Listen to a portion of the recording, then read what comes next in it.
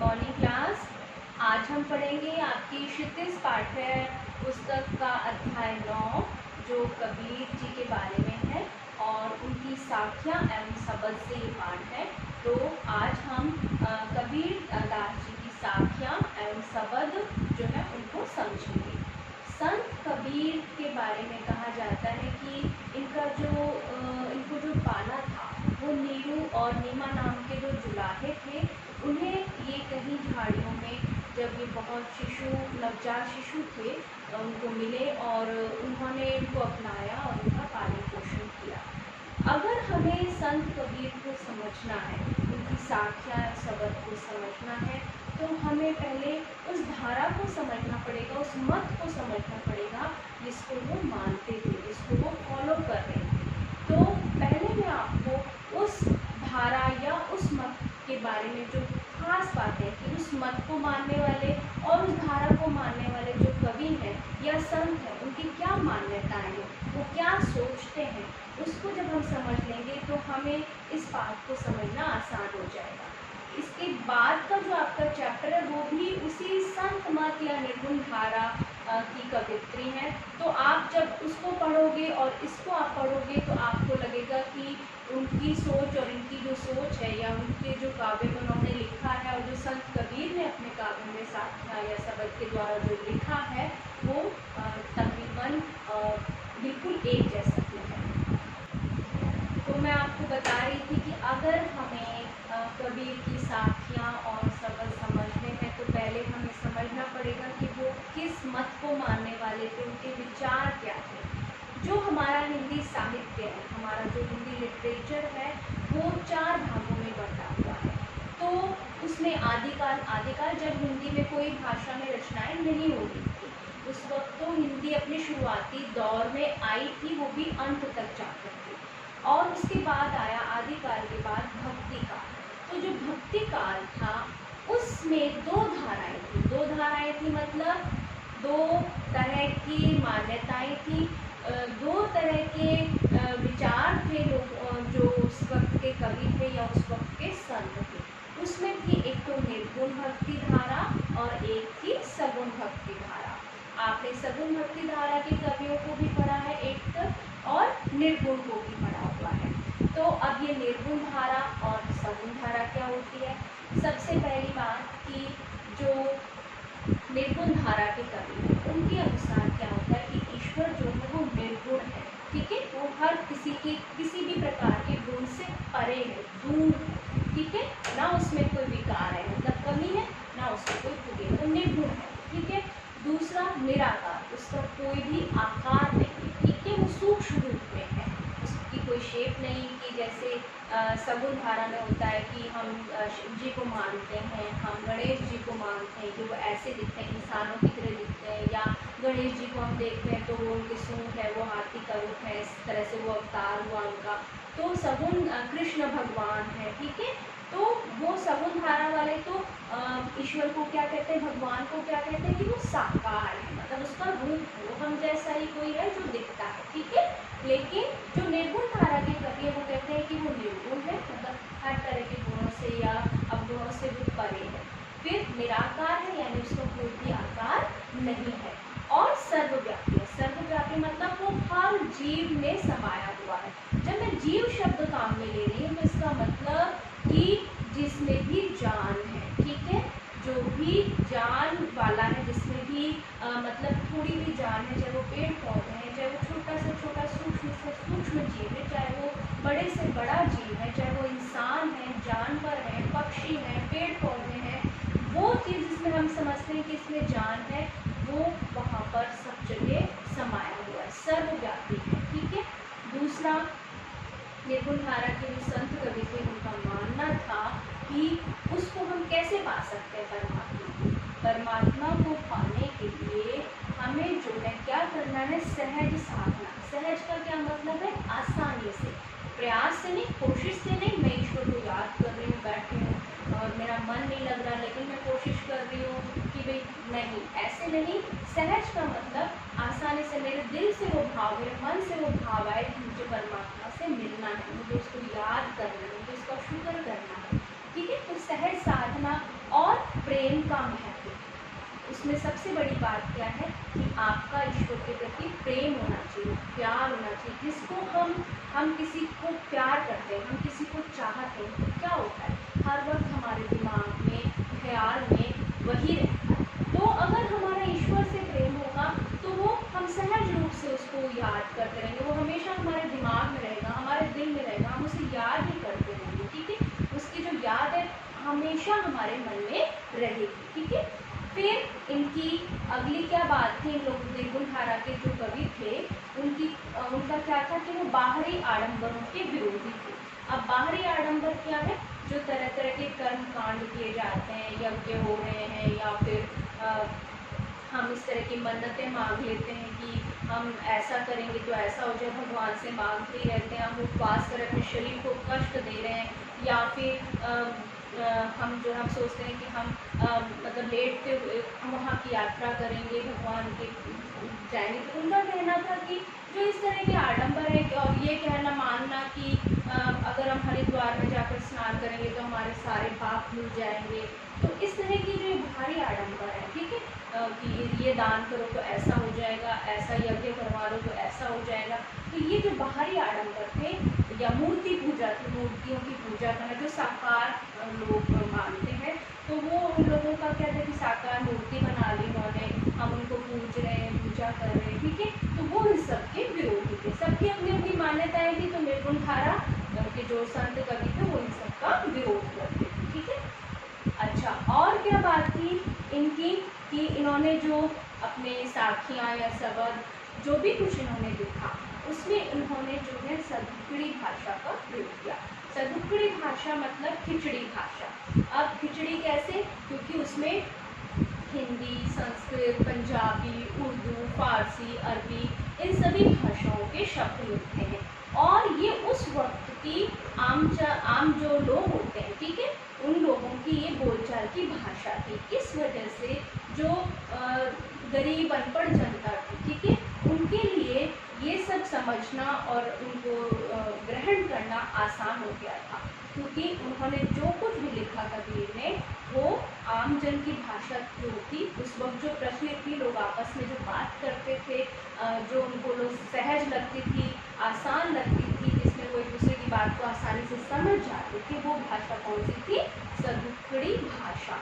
और उस भाषा में ही उन्होंने अपने जो काव्य को लिखा है, चाहे वो साखियों के रूप में लिखा, सबद के रूप में लिखा, या उन्होंने उलट बासियाँ लिखी, जो भी लिखा उसमें उन्होंने सदुक्कड़ी भाषा का प्रयोग किया है।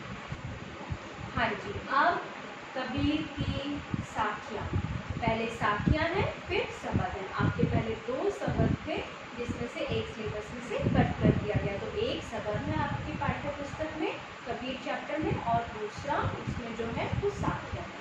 साखियाँ हम पढ़ रहे हैं, तो साखियाँ क्या होती है, साखियाँ वैसे तो साक्ष्य, साक्ष्य मतलब प्रमाण, ठीक है, सबूत, उसका ये तद्भव रूप है। ठीक है, और साखी का मतलब क्या होता है, आंखों देखी। तो कबीर ने जो देखा अपने आसपास, जो सुना, उसको अपने उनको जो सही लगा, तो जो सही लगा उसको उन्होंने लिखा, और जो उनको सही नहीं लगा उसकी उन्होंने निंदा की, उसकी जो उन्होंने उसका विरोध किया। ठीक है, तो पहली जो आपकी साखी है वो है आत्मज्ञान के बारे में। आत्मज्ञान, जब अंदर से हमें परमात्मा का ज्ञान हो जाए कि परमात्मा क्या है, आत्मा क्या है। ठीक है, मान सरोवर सुभर जल, हंसा केल कराही, मुक्ता फल मुक्ता चुगे, अब उड़ी अनंत न जाती।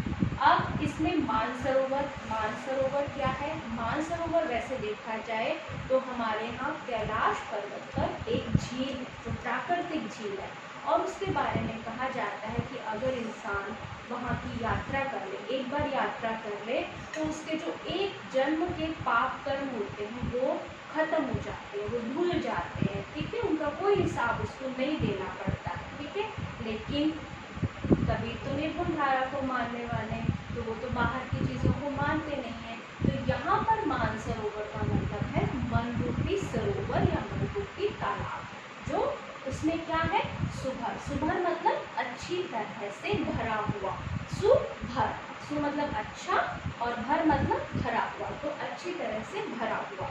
फिर हंसा, हंसा जो है ये आप अपने दिमाग में फिक्स कर लो कि कबीर की साखियों में या कबीर के काव्य में जहाँ भी हंस शब्द आ रहा है वो जीवात्मा के लिए है, यानी जीव की आत्मा, हमारे अंदर एक रूह है, हमारी जो आत्मा है उसके लिए कबीर ने हंस शब्द को प्रतीक बनाया है, सिंबल बनाया है, ठीक है। और केली का क्या मतलब होता है? खेल मतलब क्रीड़ा या खेल, ठीक है। फिर जल, यहाँ पर जल का क्या मतलब है? जो जल शब्द आया है उसका मतलब है यह भक्ति रूपी जो अमृत जल है वो भरा हुआ है, ठीक है।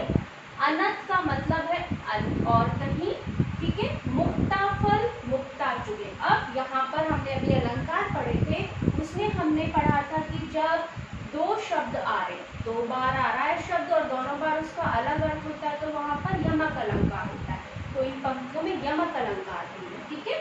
तो मुक्ता फल, तो इसका मतलब हो गया हंस जो है क्या चुगता है? मोती चुगता है, ठीक है। तो यहाँ पर मुक्ता फल मतलब आनंद रूपी मोती का फल। हंस, तो हंस के लिए तो वो मोती हो जाएगा, लेकिन जो भक्त है उसके लिए क्या हो जाएगा? वो भक्ति वाला जो आनंद है, वो जो ले रहा है वो फल हो जाएगा, ठीक है। मुक्ता चुगे, मुक्त होकर के, स्वतंत्र होकर के, वो शब्द है मुक्ता, मुक्ता, एक बार मोती, दूसरी बार स्वतंत्र, ठीक है। अब उड़ी अनंत न जाही, अनंत मतलब अन्यत्र। अब इसका क्या अर्थ निकला? मान सरोवर सुभर जल, यानी मन रूपी सरोवर में जिस इंसान को, जिस व्यक्ति को भक्ति के बारे में पता चल गया और उसको आत्मज्ञान हो गया, यानी आत्मा और परमात्मा एक है, क्योंकि जो निर्गुण धारा के संत कवि हैं उनका मानना है कि आत्मा परमात्मा का ही हिस्सा है, जो आत्मा परमात्मा से अलग हुई है और उसको वापस जो है उस परमात्मा में ही जाकर के मिल जाना है। और आत्मा के अंदर वो सारे गुण हैं जो परमात्मा के अंदर, जो पावर परमात्मा में है वही हम सब में भी है। वो कैसे? जैसे समुद्र है, समुद्र से मैंने एक बूंद पानी की अलग की, तो समुद्र के पानी में जो गुण है वही सारा कुछ मुझे उस बूंद में भी मिलेगा, वही सारे गुण उस बूंद में भी मिलेंगे। तो ऐसे ही, क्योंकि इन लोगों का मानना है कि जो आत्मा है वो परमात्मा का हिस्सा है, उसका अंश है, उससे अलग हुई है, तो जो परमात्मा में गुण है वो सारे, जो पावर है वो सारी हम सब में, और वो सब हमारे अंदर ही है। जब तक हमें आत्मज्ञान नहीं होता, जब तक हमें नहीं पता चलता कि मैं क्या हूँ, तब तक हम उस परमात्मा को नहीं पा सकते, ठीक है। तो मान सरोवर सुभर जल, मन रूपी सरोवर में भक्ति रूपी जो जल है वो अच्छी तरह से भरा हुआ है। हंसा केल कराई, हंस रूपी जो आत्मा है, हंस किस में तैरता है? पानी में। तो हंस रूपी, ये रूपक अलंकार भी हो गया, जो हंस रूपी आत्मा है वो उसमें क्रीड़ा कर रही है, खेल रही है, ठीक है। मुक्ता फल मुक्ता चुगे, क्योंकि वो भक्ति रूपी रस है, भक्ति कर रहा है परमात्मा की, तो उसको क्या मिल गया? हंस को मोती मिल गया, और भक्त है तो उसको क्या मिल गया? परमात्मा का ज्ञान हो गया। तो वो जो मोती रूपी आनंद का जो फल है, जब आत्मा को परमात्मा का ज्ञान हो जाता है तो वो स्वतंत्र होकर उसका आनंद ले रहा है, उसको चुग रहा है, ठीक है। अब उड़ी अनंत न जाही, जब उसे पता चल गया कि ये संसार मोह माया है और जो आत्मा है वो परमात्मा का अंश है, तो वो अब उड़ करके अन्यत्र मतलब दूसरी जगह कहीं भी नहीं जाने वाला। उसको जब परमात्मा के बारे में पता चल गया तो वो वहीं उस भक्ति का आनंद लेने वाला है। सरल शब्दों में अगर मैं इसकी व्याख्या करूं और आपको कहूं तो हम कह सकते हैं कि जब जीवात्मा को या किसी इंसान को भक्ति के द्वारा परमात्मा का ज्ञान हो जाता है, उसको पता चल जाता है कि परमात्मा क्या है और आत्मा क्या है, वो एक ही है, तो वो जो है उस भक्ति के रस में इतना डूब जाता है कि वो संसारिक मोह माया में, संसार में फिर से नहीं उलझता है और उसी का जो है, उस भक्ति का जो है वो आनंद लेता है। आपकी दूसरी साखी है, प्रेमी ढूंढत मैं फिरूं, प्रेमी मिले न कोई, प्रेमी को प्रेमी मिले सब विष अमृत होय। तो ये आप सब ने सुना है कि अगर हमें सत्संग में जाना चाहिए, अगर हमें अच्छा साथ मिलता है तो हमारे ऊपर उन सब का असर आता है। तो कबीरदास जी क्या कह रहे हैं कि प्रेमी यानी भक्त जन, जो ईश्वर का सच्चा भक्त है, सच्चा प्रेमी है, ठीक है, उसको मैं ढूंढता हुआ फिर रहा हूँ, ढूंढ रहा हूँ, उसको मैं खोज रहा हूँ। प्रेमी मिले न कोई, लेकिन मुझे कोई भी ईश्वर का सच्चा भक्त नहीं मिला है। प्रेमी को प्रेमी मिले, सब विष अमृत होए। जब एक सच्चे भक्त प्रेमी को दूसरा सच्चा भक्त प्रेमी मिल जाता है तो सब विष अमृत होए। तो जो हमारे मन में विष रूपी, जहर रूपी जो भी छल कपट अहंकार जैसे दुर्गुण हैं, दोष हैं, वो जो विष के रूप में हैं, वो सब क्या हो जाते हैं, अमृत हो जाते हैं।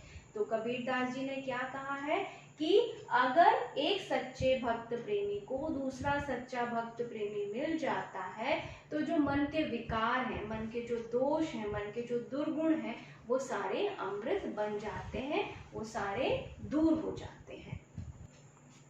कबीर की तीसरी साखी है बेटा, हस्ती चढ़िए ज्ञान की, सहज दुलीचा डार, स्वान रूप संसार है, भूकन दे झक मार।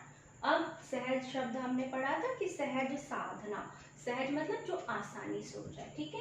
अब यहाँ पर वो क्या कह रहे हैं, हस्ती का मतलब है हाथी, सहज मतलब आसानी से, दुलीचा क्या होता है, छोटा कालीन, जब हाथी पर सवारी करते हैं तो उसके ऊपर एक छोटा कालीन जो बिछाया जाता है, ठीक है, बैठने से पहले। स्वान का मतलब है कुत्ता, भौंकने दे मतलब भौंकने दे।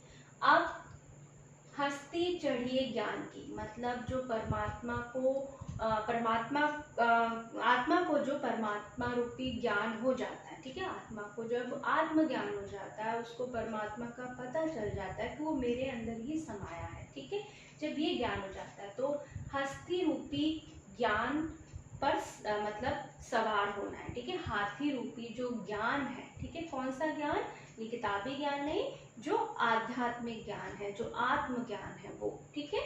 सहज दुलीचा डार, तो उस ज्ञान को पाने के बाद हमने क्या करना है, सहज दुलीचा, भक्ति का जो है सहज दुलीचा यानी जो कालीन है वो बिछाना है और उस पर सवार हो जाना है, ठीक है।